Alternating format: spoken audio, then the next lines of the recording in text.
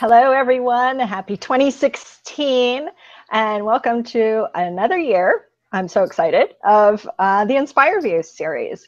My name is Cherrise Boucher of CherriseBoucher.com, and I'm a women's reinvention specialist, life coach, and energy healer. I'm so excited to be going into year 2 with this series. My mission is for every woman on this gorgeous planet of ours to be truly connected with her genuine self and to listen to her heart and follow her dreams. If for some reason that true self gets lost for a bit, which it happens to a lot of us, it's important to reconnect to her. Often when we're looking for that reconnection, we get inspiration from others, and that's what this series in part helps to do. The women that I've had the honor of connecting with the past year and now going into a new year have all been such huge inspiration to me personally. I've tried to express how much, but I can't even really express how much inspiration I get from everybody that I've connected with. And they all have like awesome tips and great stories that they've shared to how they got to where they are now. With living their passion. And in continuation with that whole theme for this year, and I'm super excited to introduce you to somebody I met a few months ago in a group that I'm in. And her name is Amy Brooks. She's an author and women's wellness guru, and she works with women around the world who are ready to share their stories for the benefit of human evolution. She's also a mom of 3 boys, is it? I keep wanting to say 4. I think it's because I'm throwing your husband into that mix. So she totally gets the craziness of being a mom and following her passion as well. So Amy, welcome to my first interview for 2016. Yay. Thank you for having me. This is awesome. It is so exciting, and I just love all the connections that I've been making, and I'm so happy that you're one of them. Me too, 100%. So, Amy, as I was saying earlier, I was telling you, like, I know 3 Amys, and 3 Amys wrote books in 2015. So Amy. I've declared it the year of the Amy. So it's very exciting. But you've not always been an author, obviously. No. So how did you go from working as a teacher to a health coach and now to a women's writer? That's a good question. I started out as a creative writing major in college and African American studies, and people said, "What are you ever going to do with that?" And I said, "I don't know. It'll work out." And I ended up being a teacher because I didn't like the advertising agency and the corporate world I was in. So for 16 years, I've been teaching kids how to write as an English teacher. And just recently, this time last year, I connected with someone who told me I was meant to be a writer. So she was more of an intuitive psychic spirit. And so she said it pretty definitively, and it flipped a switch for me where someone was giving me permission and actually a directive to write. So I was like, okay, I love being a student. So I love it when like people tell me I have to do something or give me an assignment. So yeah, I started writing my first blog post. We brainstormed together and subsequent conversations about how women don't talk about sexuality very much. You know, you get sex ed in middle school, you heard what your mom said or didn't say. And so it really struck a chord with women when I talked to them about in this post about, you know, really owning your O, like knowing your body, knowing what turns you on, and not expecting your partner to figure it out blindly, and then you like judging in disappointment when they can't. And so anyway, a lot of women came back with stories of like, my mom never talked to me, and I only heard from friends, and you know, I just don't know what to tell my husband, and that whatever. So it was really exciting to do that. And around the same time, I decided I wanted to focus on wellness more. So I gone to IIN, which is a pretty well-known online program, to get my certification as a health coach. And I didn't know if these things necessarily correlated, but I really think they do. I think that women's wellness, this is a huge part of it. And so my book talks about all the things that I feel like we need to have more conversations around that aren't just talking about diet. I like food, Yeah. and I like fitness, but I feel like a lot of people are talking about that. So I don't have to. That's right. So, yeah, so that's where I am now. I think I'm still a teacher. It's just a different classroom. So it's been really fun and it feels super aligned. So I'm going to just run with it. I agree. Run with it.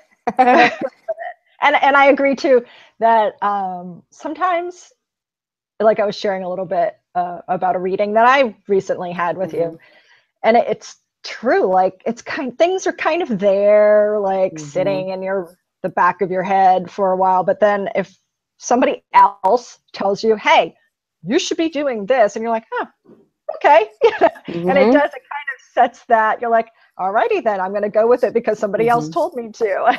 I agree. Yeah, it either resonates or it doesn't. And her insight has always really, and there are times when, like, my book title was originally A Woman's Responsibility, 13 Steps to Change the World. And I was pretty proud of that. And she was like, no, that's not what it's supposed to be. And I was like, oh, but this is like what I'm talking about. And she said, no, it's not. That's not at all the energy that we want with your book title. So yeah. And then we brainstormed just a little bit because I was like, this is, I'm just telling people all the things that my mom told me and some things that she didn't. And I really think this is stuff that people need to know. And that's how that ended up coming, like stuff your super mom forgot to tell you.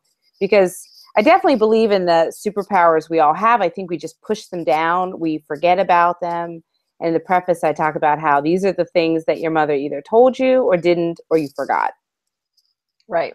You just forget. It depends on what circles you're running in, the circumstances you've survived.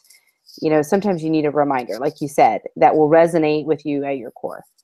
Right. And that's usually how it ends up. Because if somebody told me, oh, you're going to go be a pharmacist. So I'd be like, no, I'm not. That is no. Yeah. So it makes me so sad to think about being behind the counter, giving out pills. That's not right. Exactly. So it's usually, it is something you already need to hear or that has been floating around, and that's what makes us move. Move. You have to do it though. You have to take the action and put the car in drive. Otherwise, what's the point? What's the point of even talking to anybody about stuff? Whether it's coaching or it's somebody you go to for psychic readings or whatever. I mean, what's the point in going if you're not going to follow through with something? Yeah. And I think, my one advice, because I didn't do anything woo-woo at all. Like, so now I've done acupuncture, which I don't think is that woo-woo, but it is kind of, and Reiki healings. And then, working with Jenny Cluth, the one that I did all my readings with, I really feel that you should go into it with an open mind instead of going in as a cynic. I mean, I kind of, it's hard to suppress the cynic, but to just be, I'm going to just go for it and see how it makes me feel. And so the idea that my biggest takeaway from 2015 was steps. Just, I didn't need to make any giant leap, just steps. So like to get off the phone and sit down and like just freaking write and see what happens. And then to just post it and see what happens. And then to write a little bit more. You know what I mean? Like, I think those steps were really important. And there were a few times when you're called to action, like to commit to a coach or to commit to my health coaching program, or now I'm committing to taking a leave from my job. Like when those times come, I feel like the pot's bubbling over anyway. So, it's time to take off the lid. You don't have to just keep the heat on. You need to actually like take it into action. That's showing your commitment to the universe. And then you're going to be able to receive more. So the baby steps are incremental and not scary. They're kind of exciting. And I'm very anti-leap. I don't know why. I feel like I love the idea of someone like quitting their job abruptly and then like figuring it out. But I feel like that's made from things are too impulsive, make me nervous. I like following your gut, but not But in being steps. in steps. Yeah, that's really been like my image all year. Is just like, let's just do one step at a time. Like, get out there, meet these people, try something new, little steps all the way. And it's just changed everything in such a short period of time, but a gazillion steps. Yeah. Which ends up coming to a leap in the end. Yeah, In the end, it's just not that the leap is not as much a big deal by the time you get to it. That's my whole thing, is like, when you get to it, you're like, this is the next, you know, I just keep envisioning walking through the woods, and then you get to like some sort of break in the path, and you have to jump over it or not. Like, by the time you get there, you're like, well, I'm not going back. Right. Exactly. I gotta leave. Yeah, like, now I gotta go, and then I'm gonna keep taking small steps. But it's not continual leaps into the abyss. It's prepared momentum and then the leap. Yeah, I love that. I love Thanks. that. Well, I'm not going back. We're already on the path. I've already come this far. Yes. I love visualizing that kind of walking. Yeah, I like that. I'll have to make a note of that. Yeah, Deepak Chopra, he did a meditation in one of his series, and it was funny because usually he talks for a little bit, and then you have a silent meditation, and he kept talking. I'm like, good God, like, where are we going with this? But he had this great visualization of climbing up a mountain and like just slowly pulling away the weeds. And the pulling away the weeds was a cleansing in and of itself, and clearing a path for yourself so that you could easily move forward. And I love that imagery. Yeah. The idea that you're like really methodically doing something, and that it might be tiring, but you're bringing your full present mind to it. And at a certain point, you can look back and see your cleared path, and you can see yourself getting closer to your destination or your goal, but you're also staying really present in the moment. So this whole year has been a joy. I feel like I've enjoyed the process, and there's no one destination. Like, actually, it's funny, people talk about, oh, you must be so proud you made a book, and or you see your name on it, and that's exciting. And I guess it is, but it really just feels like it's just another step. I mean, it wasn't like it just came out of nowhere. It was like, yeah. And I think it's like you didn't have a book, and then all of a sudden you had a book, and you're like, oh, yay. I know. And it was 9 months, so it's hard to avoid the comparison of like birthing a baby. But, like, the whole time I've been pregnant with my boys, you don't suddenly just get a baby put in your arms unless you adopt a fully formed baby. Like, you really do get all the steps. So by the time they come, it's not like, holy crap, there's a baby. Where'd this come from? Exactly. There are some women who apparently don't know they're pregnant, but I knew I was pregnant. And so I really feel like that was the next step. And again, you don't get to the day of giving birth and go, nah, I don't want to have a baby. I'm going back. And you definitely have that momentum and that excitement about having all of your everything come to fruition. Yeah. The labor of love. Yes. So your book, then you talked about having the blog first. So is that kind of what spawned the book, was what you were writing in your blog? So it wasn't, you didn't just say, I'm writing a book right now. And do that. I got two pieces of feedback. So first I was doing that and like kind of finding my voice a little bit, and then getting some feedback from women. And then at some point I was like, if I could make this into a book, I need to start talking like it's a book, and not like, on this post I'm going to be discussing, or look for the next post. Like, that language wasn't really applicable to a book. And a good friend of mine who has been an editor, she said, it drives me crazy when people just slap together a bunch of blog posts and call it a book. And so that really was perfect timing, because I thought, I don't want to do that either. I want it to be like, this is meant for a book, and I'm not just kind of slapping together a bunch of, I'm not recycling. I'm like creating this. And so then I stopped posting them online. So then I started exclusively, writing the book with the intention of having a book. And that came out of, I think there may be like 4 posts before I sat down and thought, what is my overall message? And I journaled about it. So I really do like journaling when you want a spiritual connection. I definitely feel like I conduit when I'm typing, and I lose time and all that stuff. That's great. But when I first started, I I was just sitting, and I was at church, and I'm Unitarian Universalist, so it wasn't like a formal Catholic mass like I grew up in. It was like, Yeah. well, you could do it there too. So, but people are like people are kind of liberal and like drinking coffee, and like writing is not a big deal. So I had my journal out, and I just had the idea for 13 steps that women could take to really kind of align with their awesomeness. And so that came in a flood, and I never really changed it. It started basically with like the individual, and then broadened out to connecting with other women and being part of a community and not doing it alone. So I really liked that flow. So, I mean, that would be my advice. I know a lot of people talk about doing an outline. I think that's super important. But your message is important too. You know, just the overall message. Do you want people's takeaways to be something specific? If so, kind of have that in the forefront of your mind. Let the outline flow, and you can fill in details later. I'm a big fan of fun titles too, though. Chapter titles. Yeah. I just think it's fun to have lots of titles. You don't just have to have like the title of your book. You can have titles everywhere. Yeah. To make people excited. Right. Yeah, because in your book, they are. I'm like, whoa, what's that about? Yeah. It does. It makes you want to skip ahead. You can read it out of order. I think. Yeah, There's no rules. You don't have to. I don't like rules. Yeah, especially with this book too. I'm trying to think. At the end, I try to bring everything together. That's the only time I think it's super relevant. Right. So this was obviously you shared that this was a lot of stories kind of based on your mother, your relationship with your mother, and conversations you had with her and everything. So do you think that every woman has a story to tell, or is it just like a select few that actually have story? I don't feel like I have a story, but oh yeah.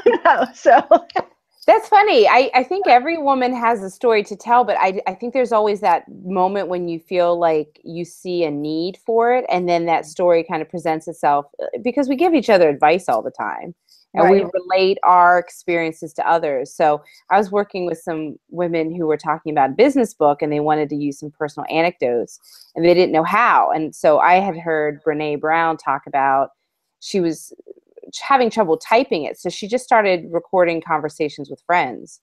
She asked them to come over and said, these are some things I want to include in the book. I don't really know how. And so they were asking her like, well, how did this happen in your life? And so she just started telling stories, and it came out. And that way, with a little bit of focus, but also a medium that was more comfortable, conversations with friends and loved ones, rather than sitting and typing in front of a blank computer screen. I think that's more evocative for women, and a lot of us we're telling stories anyway. Yeah, so I guess we are. Yeah. So now that I'm thinking about it in that sense, that yeah, we do. We're always sharing stories. Well, this happened to me. And mm-hmm. Yeah, especially when it comes to like the big issues of happiness and stress. I think women always have something to relate. So anytime I bring that up, you know, people have been my best friend. I didn't know, like every night she was waking up at 3 a.m. and couldn't fall back to sleep. And I guess she kind of mentioned it before, but like the idea that stress had that much of an impact on her on a regular basis was kind of shocking to me. So my point is just sometimes there's subjects that come up that you normally don't talk about when you're hanging out, you know, or if you have a problem with your relationship and you're like, I'm at a crossroads with this person, and oh my gosh, we talk about work all the time. Right. People relate to their bosses or their colleagues in similar ways. So that's a ton. And finally, kids. I think if people it doesn't matter if you have kids or not, everybody has an opinion. I just struck up a conversation with some women about how traumatizing C-sections were. I had two. Yeah, I wasn't that traumatized, but I realized I was all for it, actually. Yeah, but that's like, not everybody. I'm pro C-section, so right. Well, that's not everybody. So I mean, my experiences weren't. My first one was not great. It was an emergency, and then it was a long recovery, and then the second one took a while too. Third one, I don't remember. Things become a blur, but there are like support groups out there for women who, you know, they didn't want a C-section. They were fighting against it. The doctors made a decision. And anyway, the point is, like, I never knew that a book about C-sections, you know, could really resonate. And people Google stuff all the time.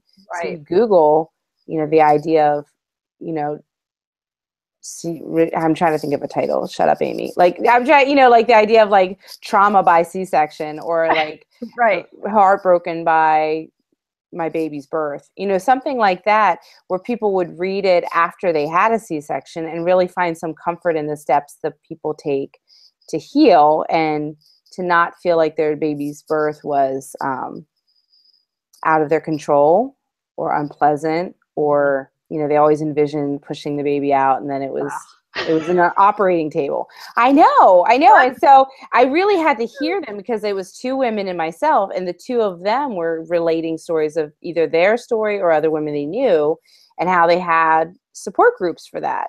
Wow. So back to the question, does everyone have a story? Like, yes, one, but two, I don't think we always recognize the stories that we have, and how important it is for other people to hear that. It's partly therapeutic, partly cathartic to get the story out, but it's way, way bigger than you. It's way bigger. Yeah, that's interesting, because to me, it would be more traumatic to have a vaginal birth. Yeah, and that's interesting too, to have, like, it would be fun to have in that person's book, like, from the other side, like, there are plenty of people who were not trauma. It does not have to inherently be a negative experience. So sometimes even considering how you can reframe your experience. So I've heard stories from people who were sexually abused, who are triumphant and stronger and emboldened, and then other people who were like, that's when I lost the ability to love. Right. You know, so just hearing different people's stories gives you options that you might not previously have considered. Yeah, that's true. That's very true, because it might help you reframe your experience or something. Yeah. Yeah, I agree. Yep. So in telling women's stories, how do you think that helping other women tell their stories benefits human evolution? I guess we kind of touched on that a little bit. No, I have way more to say. Oh, okay. It was funny, because I had so when I was working with Jenny one time, we did a meditation reading where you kind of like go into a meditative state and you do a visualization activity. And it really struck me, long story short, at one point in the process, that I really felt drawn to women, because I felt like their influence over men and children was enormous. And not to be trite with the, like, a happy wife equals happy life, or whatever that is. But I really do think that the women of the world set the tone, the conversation, the child rearing alone. I mean, I know we have a lot of equal parent partners. I have one. But in most parts of the world, the women are really the majority of the influence on the next generation, and often a strong influence on the men in any community. And so I felt really drawn to the idea of women sharing their wisdom with each other and empowering each other through stories in a way that would trickle down. So I just don't have any. I feel like I've got my husband, and I've got my 3 boys, I got my 3 brothers. That's it for me with men. Like, I really would like everyone else in my, like, if I get a friend request from a guy on Facebook, I'm like, no, I feel like I'm drawn to all women. And I also feel like on some universal level, I was given 3 brothers, no sisters, and 3 sons, to make sure I had no female energy available to me at all. I'd like built up from my whole childhood to now, built up a craving to attract more women into my life and get that feminine energy from a community of women, because I don't have it at home at all. I have 1 girl cat, but she's not. It's not quite the same. Not enough.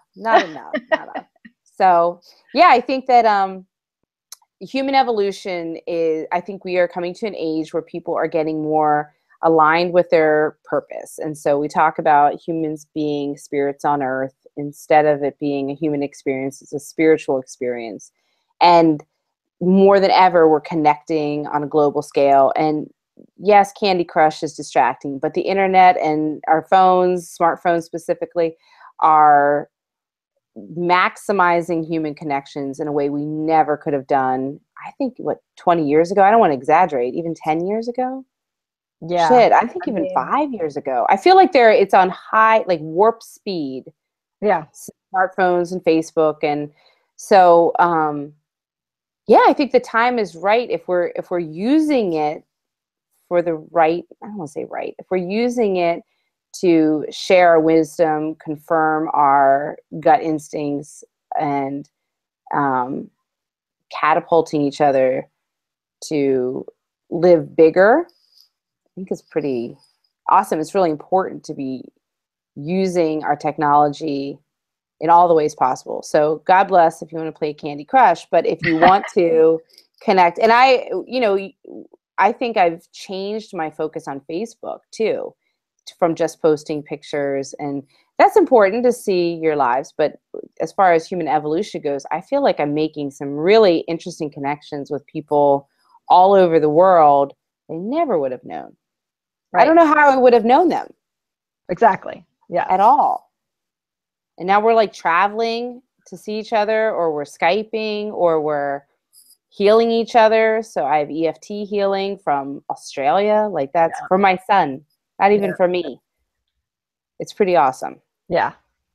It is. It's very, that's why I love, and that's like the connection I feel in doing this series too, because I've connected with women all over the world, and I feel like I feel this is like my image that I get. Like, I don't know what you call it when you're making like a fishing net. Are you knitting it? I don't know what they do. Fishermen are making nets, right? Yeah. But I feel like that's kind of what I'm doing, is making this big net, like a supportive net of women all over the world with all their awesome gifts, and sharing. And that I feel so blessed that I've made these connections, and that I know these women now, and I can share in their celebrations and everything, that it's so inspiring to me, and it motivates me to do more too. So, and that is like, how would we have ever done that kind of a thing unless you physically traveled everywhere to connect with these people? So it's true. The internet has made it possible to do all these amazing things. And now when I do travel, I have people to see. So. I know, I agree. And that's, I think for 2016 on my vision board, I put like 5 places I wanted to go. And since then I've added more, because I thought, if I go to Massachusetts, I have these 3 people. And if I go over to here, I have these 3 people. And half of them are from the internet, or, from groups I've been in, or, yeah, I agree with you. And I've already connected with some people from different parts of the country that I met online, and it was great. And it was people thought it was weird. People who aren't using the internet like this. People are like, oh, I can't waste my time on Facebook. Okay. But by the time the one person, I'd never physically met her, and she came and stayed at my house, like spent the night. It wasn't weird at all. Like, I remember my kids let her in, and I came down, we hugged, and we talked on the phone. No, I don't think we talked on the phone. We talked on the phone like the night before, because I'm like, I want to hear what your voice sounds like. Where you come? But like, we had messaged back and forth so many times, and we'd had a lot of like really soulful connections. Yeah. Tons of pictures of each other too. So it wasn't like a blind date, but I thought people were, it was funny when I said it out loud. I was like, oh, is that weird? Because it doesn't feel weird. And they're like, she's staying at your house and you don't even know her? And I was like, well, I know her, but we haven't physically met yet. So yeah, as soon as I came down the steps, we hugged, and it was like, I don't know, all the pieces of the puzzle were there. So it really just kept it moving. Like, want some tea? Let's go. Yeah. I know. It's like, that's what happened when I went up to Maine in December for my dad's 70th birthday. And I met somebody, Shelly McNamara, who's another coach, and she lives up in Maine. So I was like, oh my God, when I go up, or she's got a brother, I think it's her brother, an uncle who lives down here in Jacksonville, actually. So there's like a double connection. And we met for coffee while I was up there. And it was just like, meeting, it was just like seeing an old friend you hadn't seen in like Yeah. forever, you know, like we hugged and then we just jumped right into conversation. Like we've known each other for decades, you know, and I Do you loved think it. I that's loved women it. too? Because I feel like even on a blind date, there's so many formalities, Yeah. like the things you have to go through before you get to that level of comfort. But I wonder if it's because we're women, it's just like they're, yeah, I just wonder if you get to fast forward through all that. Well, and you're not going to have sex, but yeah. Yeah, Yeah, I feel there like are that's like, factors ah. in there that we're not thinking, oh my God, like, is this going to lead to Yeah, that? no, yeah. I think that that's why it's so interesting that you said about meeting an old friend, because I think the same thing when I'm with my friends, like there's no awkward, like, so what's going on? You know, like we just always go right to the meat of it because I think Yep. that's how women connect. Yep. We could have talked for like probably that entire day, but I had to go to the body exhibit with my dad and my uncle, my kids, Naturally, you had to get a body. which was really cool, actually. Yeah. Creepy cool. Is that the dead bodies? Yeah, were they like, They're embalmed. yeah, and like it's like the muscles or and all, you know, it's they pull Ugh. it apart too, and they're like sculptures, but they're real people. I don't want to throw up on this call. It was really, it was really cool, actually. I bet it was. Yeah, it was cool. I have nothing else to say. But we totally went off topic. But that's cool because that's what we do. Yeah, And I think that's what I like about this series too, is that it's more of casual, and you get to know when people watch the series. It's more like, you know, hanging out with friends and talking, and you get to know each other's personalities better because the formality is kind of, it's not there. Yeah, I love it. I agree. It feels super cozy. It does. So, in your opinion, because you help women, this is what you're doing now, Yes. right? You're helping women to share their stories. Yes. So, do you think there's a time? I think we kind of talked about it. It's like just when it just like bubbles up in you, and somebody's like, "Oh my God, I have a story to share, and I want to tell everybody about it." Well, I have the 2 women I'm working with now, maybe 3. All of them have the same scenario. So they always knew that they wanted to write a book, even if it was like this tiny little thing. And I'm finding that for more and more people. And you don't know unless, like we were talking about C-section, you don't know unless you bring it up. So me writing a book brings it up. And it's like everywhere I go, people are like, I wanted to write a book too. And like childhood friends, like, you know, now I feel like I can do it because you did it. And I'm like, awesome. That's when you're living by example. You're Right. literally not going around telling everyone to write a book. You're really just doing it, and then people are inspired. And if you've never wanted to write a book, guess what? You're not going to say that. You're not going. That's not one of those things you're like, oh, me too. No, that's stupid. So no, you know, it's only really the people who are coming forth. And my prayer since leaving, my prayer in my transition, since I haven't left teaching yet, has been to attract the people who need me. So I'm never going to go out like hunting them down. So by living by example, I'm doing what I want to do, and I'm attracting the people who want to do that too. So we can find each other. So anyway, the 3 women that I've talked to about writing their books, and they're in different levels of development, all had that little book idea in the back of their head. They had no idea what to do with that idea.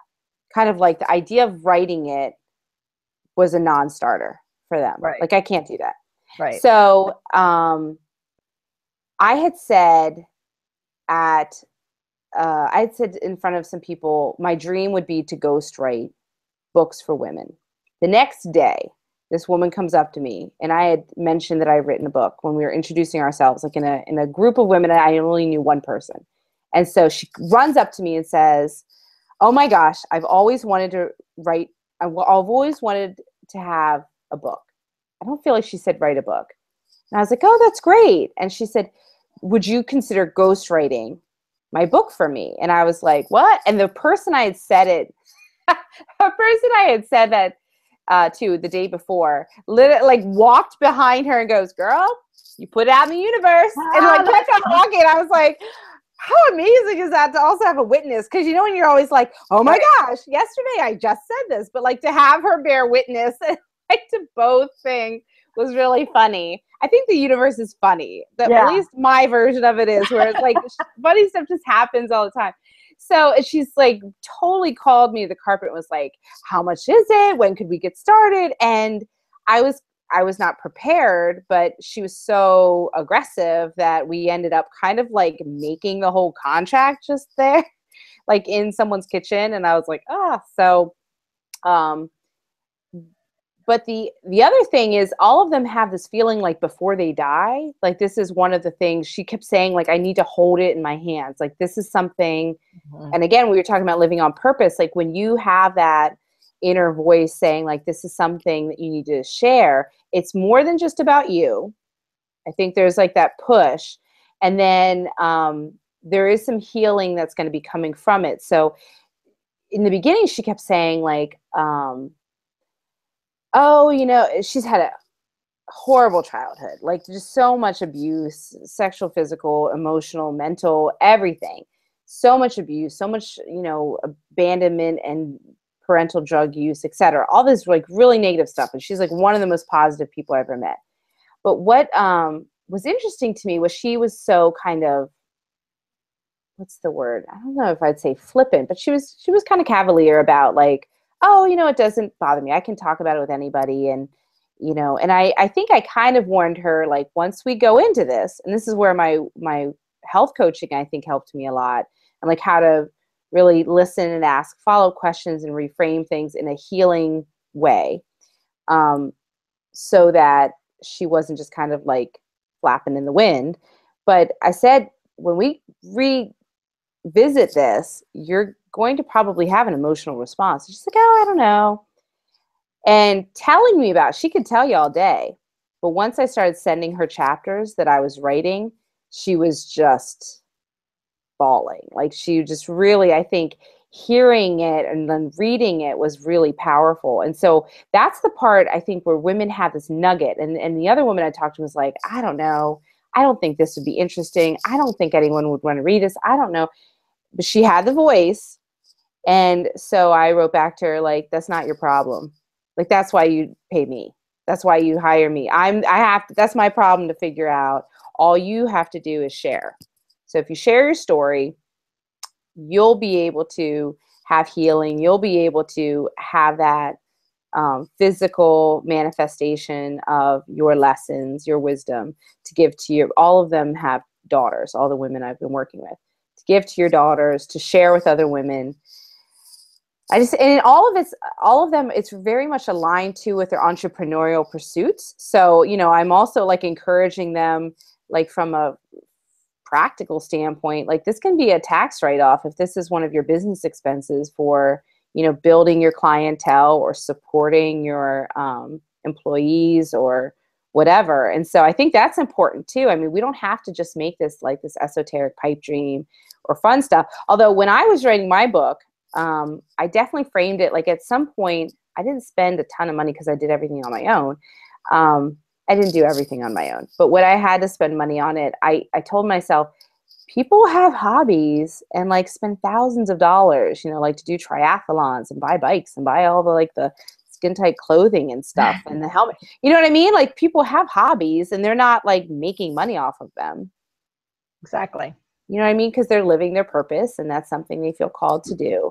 And so that's the other thing, is giving women permission to, one, spend money and time on themselves, tell their story, help other women, further their business. And then I think having a sense of accomplishment is very empowering.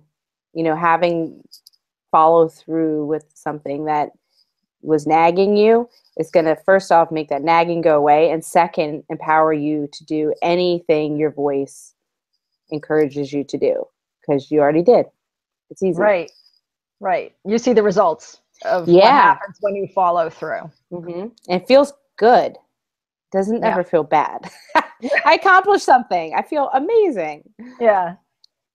That's awesome. So you just meet with them like Skype or however, I guess if they're local, you can meet with them locally, and they Mhm. just kind of share like their Mhm. gist of what they want to The write broad, about. yeah, the broad strokes is important. So I can like kind of give them my feedback. So, one woman, I'm like, I'm definitely seeing this as a third person story. And because of the trauma, she really doesn't want anybody's names in it.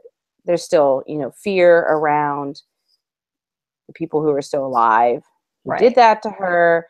And so we're not even going to call it a memoir. I mean, it's being fictionalized. So it's just going to be a story of hope and transcendence, something along those lines. Because there were slivers of hope, love, and promise, like throughout her childhood, which carried her. And her whole message, like from the first day I met her, she knew her message.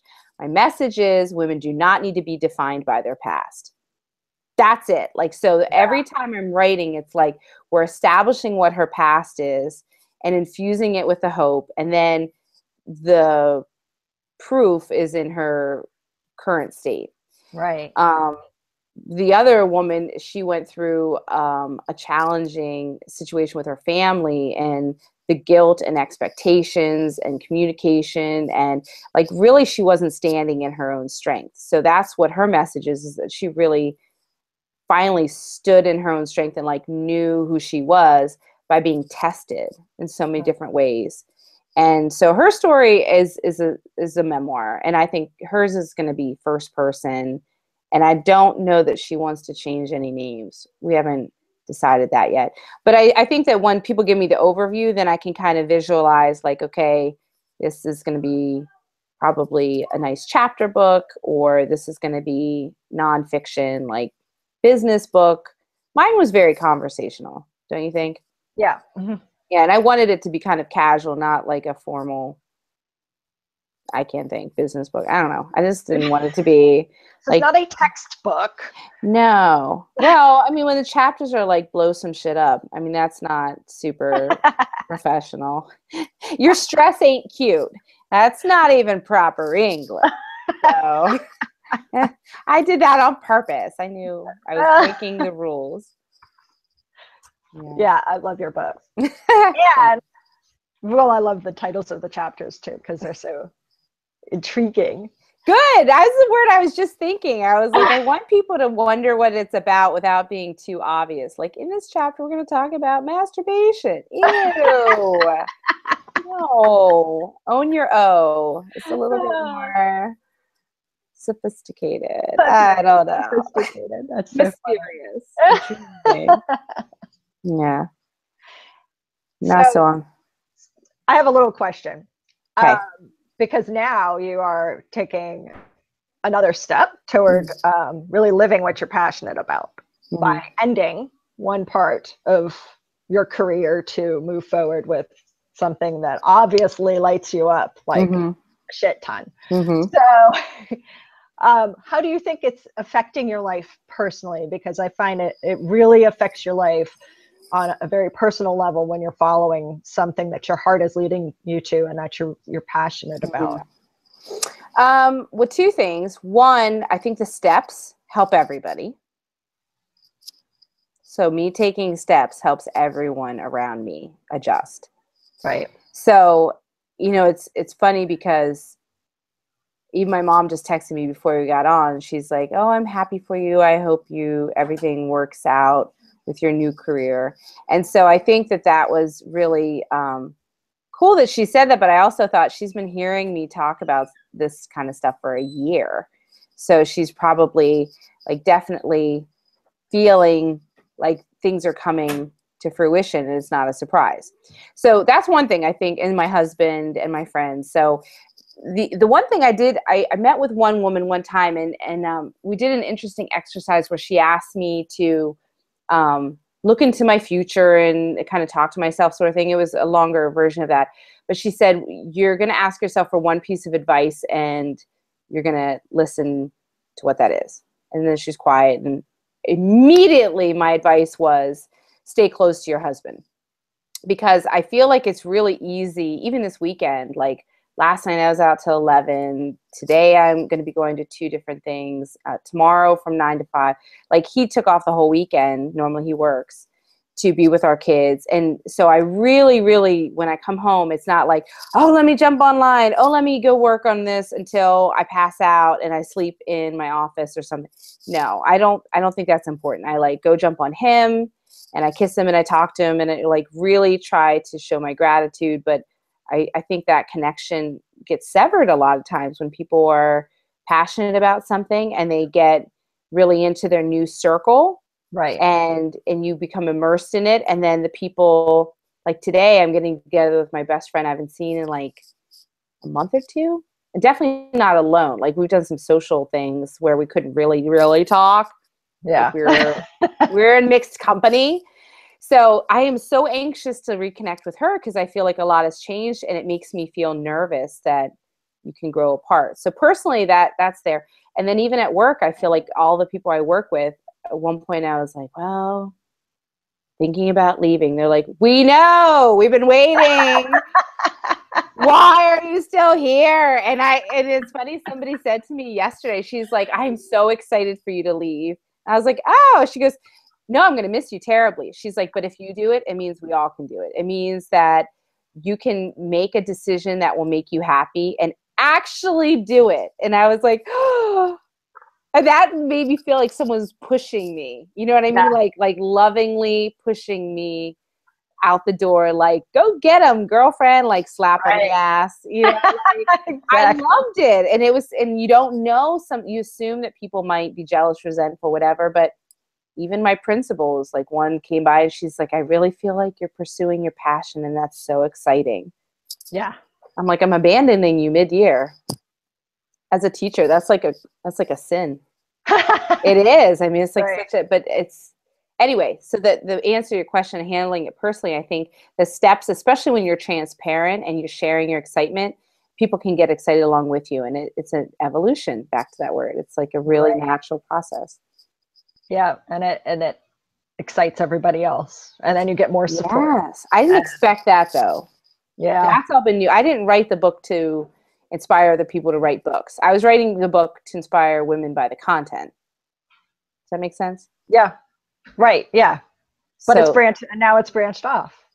Yeah. Because like you said, you're leading by example. So you've done it, and now other people are, oh, well, I want to do that too. Can you help me with that? So yeah, it's more exciting than working. I liked health coaching. I like talking with people about getting the balance and all that good stuff. And I'm going to still be doing that to some extent, but it doesn't seem to excite me in the same way that I feel like stories can. And the other really big benefit that people need to remember about stories more than videos and all that, books, people buy books and they hold on to books and they like picking them up when they're at a conference and they like, privacy. Like, I had a woman who bought the book for her daughter and then read it and then bought a ton for a bunch of other people and then texted me like, I feel like we're soul sisters. And I was like, whoa, I didn't know that was going to, I mean, that's what you want to happen. But I was like, oh, I get it. When people read a book, they feel like they have that connection with the author. And yeah, so I think that's awesome. Yeah, I agree. That's the cool thing about books, even more than like coaching and other things. Like there's an intimacy and staying power that you can't really get on any other medium. That's true. Yeah, because the author physically wrote the book. So it's like a piece of them is in there. Ew, I'm floating around everywhere. Yeah. You're floating around right here. Yay! And so this is Amy's book. We do this thing. Am I doing it right? Wait, I gotta move it up over. More there you go. Ding, ding, ding, ding. I got it. Ding, ding, ding. Yes. I like screenshot that. That's cute. That's adorable. That's kind of what everybody's doing out there who has purchased Amy's book. So share, because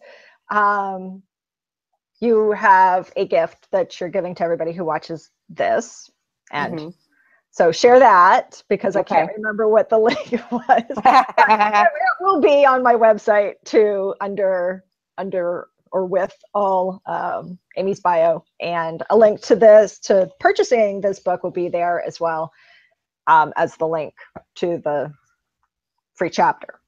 So go ahead, Yes. you share. All right. So the free thing is if you go to amybrookshealth.org, amybrookshealth.org, you can sign up to get a free chapter. So it's just chapter 1, become a supermodel or become a full-time model. I don't know. I played around with both. I forget which one it is now. I think it's full-time. Yes, become a full-time model. Yeah. So the idea that everyone's watching all the time and you're watching everyone all the time is really a super, there it is. Yep. That's a super, I have illustrations throughout the book to give you your eye and brain a break so you can look at funny pictures. Yeah. But anyway, I think that's an important foundational thing to have at the beginning of the book. So that one I read, and you can listen to that. And if it's something you're feeling, you can order the book. And we have an ongoing book club that just started last week on Monday nights at 7:30 Eastern Standard Time. And I'm there. I'm there. Yes, Cherrise is there too. And it's fun. Hang out with both of us and other awesome ladies. Yes. Join the group. So we're going to be up to chapter 4 and 5. So Long Miss Humility and Blow Some Shit Up. So those 2 chapters, you have time, you could jump on, and the chapters aren't long, and then there are some follow-up questions afterwards. So we talk about basic themes in them. So the idea that women apologize their power away, that's chapter 4, right? 1, 2, 3, 4. And then chapter 5 is about living a bigger life. So if, blowing some shit up could be with your relationships, where you live, where you work. Just when people are discontented and then become complacent, part of you dies. So if you are discontent and you want to make a change, that's something you should really respect. So the idea of what would that look like, and just starting to think about it. One side note, when all the women with the books, all of them, once they articulated to me what they wanted, they're starting to see messages everywhere, because that's just how it works. Right. It doesn't matter what your belief is. Like you're like, what? Everywhere. I literally had a student last week ask me if I had ever written a book, and wouldn't that be cool if I wrote a book? And I'm like, what are you asking? Yes, what? Like, I don't tell my students that I wrote this book. So I'm like, why is this happening? And then somebody goes, ooh, wouldn't it be cool to be a ghostwriter? I'm like, what? What? Like, how are my students? So anyway, blow some start articulate like blow up their current, get bigger and better, then things start appearing. When people talk about vision boards and journaling and meditating on the future and what else, affirmation. Yeah. And then I think you're going to post the Facebook group where we have book clubs. So if people wanted to join in, the link will be on there and they could hop on the call. And you have it as an ebook version too, right? It's on Kindle. Yeah, Kindle, and then Amazon.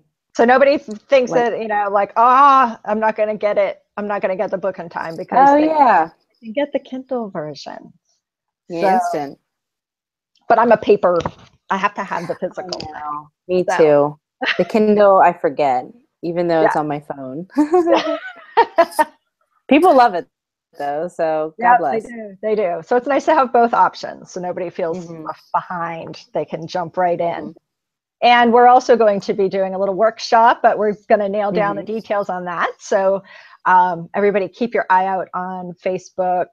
Also join the Inspire View series Facebook page, because that's where you're sure to catch all the announcements and live workshops that I'm going to be doing this year with my guests and everything. So I want everybody to jump on there too. It's facebook.com/groups/the Inspire View series. That's so cool.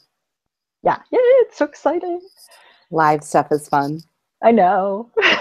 It's going to be my first go at it. So that's why it's fun. You never know. It's going to never know. Perfectly imperfect. Who knows what kind of shit will happen? Nobody knows. It's a mystery and it's exciting adventure. I love it. The next step. You're taking all these steps. Steps. That's right. Steps. Steps. Well, thank you so much. I know we've totally blasted past like I have no idea how much 30 time has minutes. transpired.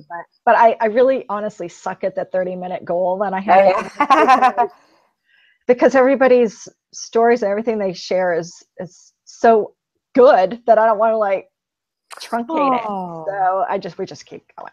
So, but I want to thank you, Amy, and everybody will get to connect with you very soon once we nail that down and let everybody know. Because you're going to be sharing, awesome. What is it we're sharing? Real quick. It's going to be like steps to writing for the workshop. Oh, so for the workshop, yeah, the writing workshop. So I think that would be really exciting. I previewed it in a group setting, but it was very one-sided. And so this one, if we did a live workshop, I think it would be really fun to have live feedback. So we talk about how you write your book.